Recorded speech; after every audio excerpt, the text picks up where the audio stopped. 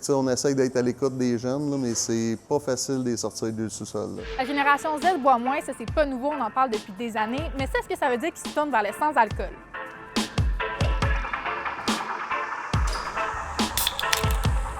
Même sur le sans-alcool, sont pas très. J'ai pas l'impression qu'ils sont très accrochés sur le sans-alcool.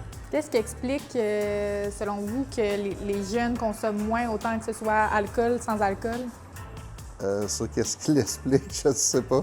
Ils vivent autre chose. Ils cherchent d'autres expériences sociales. Bon, c'est sûr, on entend dire là, le vapotage, il y a d'autres choses qu'ils font.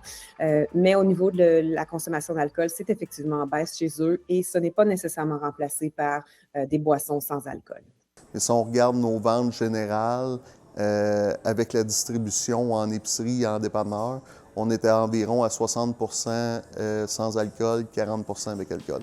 C'est vraiment ici que la magie opère.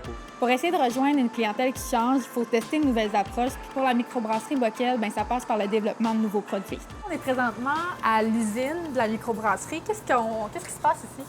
Fait que présentement ici, on est à notre usine où on brasse présentement les bières de l'Ermite qui sont faites ici, mais notre volet sans alcool, le Bockel, est fait présentement en sous-traitance parce qu'on manquait de place. C'est pour ça qu'on est en train de construire une nouvelle usine plus grande pour vraiment pouvoir continuer à développer puis emmener des nouveaux produits.